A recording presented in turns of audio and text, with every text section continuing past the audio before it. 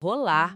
Hoje a gente vai mergulhar numa figura bem enigmática, sabe? Que atravessa os séculos. Hermes Trismegisto, o 3 vezes grande. Exato. Uma figura que parece que une mundos diferentes, né? O Egito Antigo com o deus Thoth e a Grécia Clássica com Hermes. Mas quem foi ele, assim, de verdade? Uma pessoa, um mito? Essa é a grande pergunta, né? O que a gente tem de concreto são os textos, principalmente o Corpus Hermeticum e a famosa Tábua de Esmeralda. Ah, sim. A tradição diz que foi ele mesmo quem escreveu. Alguns renascentistas, tipo o Marcílio Ficino, achavam que ele era um sábio super antigo, talvez da época de Moisés, e o fundador da alquimia. Uau! Então, textos misteriosos, figura misteriosa. Qual vai ser o nosso foco aqui hoje? Como a gente vai explorar isso? Olha, a ideia é ir direto no conteúdo desses escritos, sabe? Tentar entender as ideias principais deles sobre Deus, como o universo foi criado, a nossa condição humana e, muito importante, a busca pelo conhecimento. Um mergulho nessa filosofia antiga, então. Isso, uma filosofia que, olha, influenciou muita gente no Ocidente. Vamos dar uma olhada juntos? Beleza, vamos lá.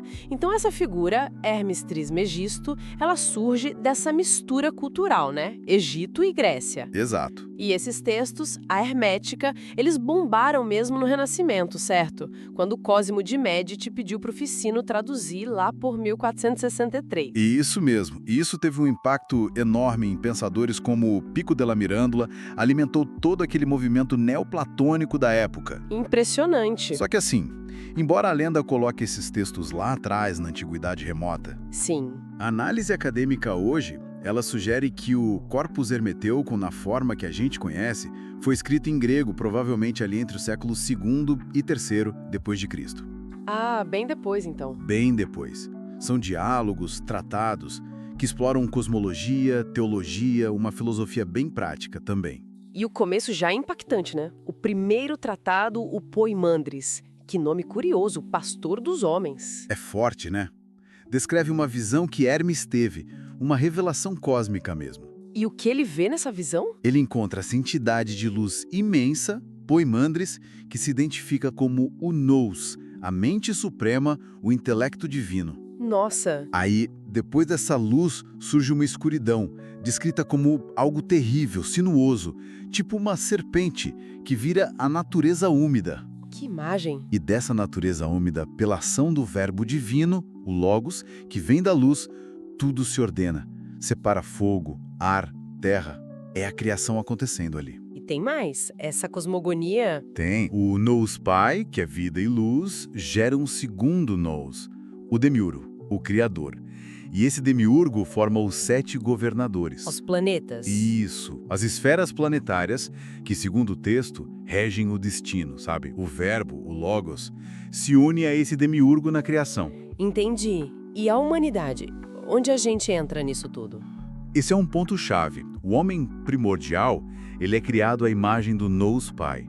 Tem a essência divina. Certo. Só que aí, ele sente vontade de criar também e decide descer, atravessar essas esferas planetárias. Ele desce.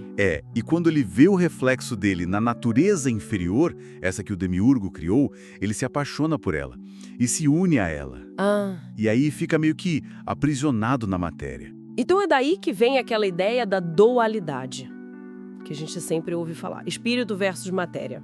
Exatamente daí. O Tractate I, lá no versículo 15, diz isso claramente. O ser humano é mortal por causa do corpo, mas é imortal por causa do homem essencial, daquela centelha divina. Faz sentido. Essa queda, esse envolvimento com a matéria, nos coloca nesse ciclo de nascimento, morte e sob a influência do destino, dos governadores. Complicado. Mas tem saída? Tem. A chave, segundo os textos, é despertar o nous que existe dentro da gente, adquirir a gnosis. Gnosis. O conhecimento, né? Mas conhecimento do quê, especificamente? Como a gente chega lá? Conhecimento de si mesmo e de Deus, essencialmente. O Tractate I diz...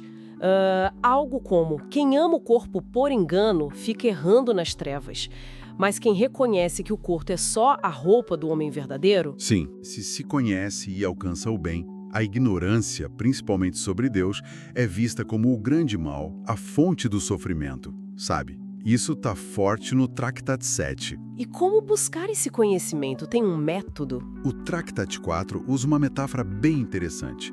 Fala de uma cratera. Cratera? É, uma cratera cheia de nós, de intelecto divino, que Deus teria enviado para a Terra. E as almas que buscam a sabedoria poderiam, mergulhar nela para serem iluminadas. Nossa, que imagem, uma cratera de intelecto. Quase um batismo de sabedoria, então? É uma boa forma de ver. Uma imagem para um processo de purificação, de despertar interior. O Tractate 13 fala disso como regeneração. Regeneração. Como assim? À medida que o nous vai ganhando força na pessoa, ele vai expulsando as punições, que são os vícios, né? Ignorância, tristeza, ganância, incontinência, tudo aquilo ligado à natureza inferior, aos sentidos. Entendi. É uma limpeza interna. Exato. É um renascimento espiritual mesmo, que transforma a pessoa num filho de Deus, guiado pelo intelecto. E como esses textos descrevem Deus, a fonte disso tudo? De um jeito bem paradoxal, na verdade. O Tractate V diz que Deus é o mais oculto e, ao mesmo tempo, o mais aparente. Como assim? É fonte de tudo, o bem absoluto, como diz o Tractate 6. É incriado, pai e criador. Mas tem uma distinção interessante no Tractate 2. Qual? Que Deus não é o intelecto, o nous. Deus é a causa da existência do intelecto. Ah, interessante essa hierarquia. Sim, e a relação é super íntima.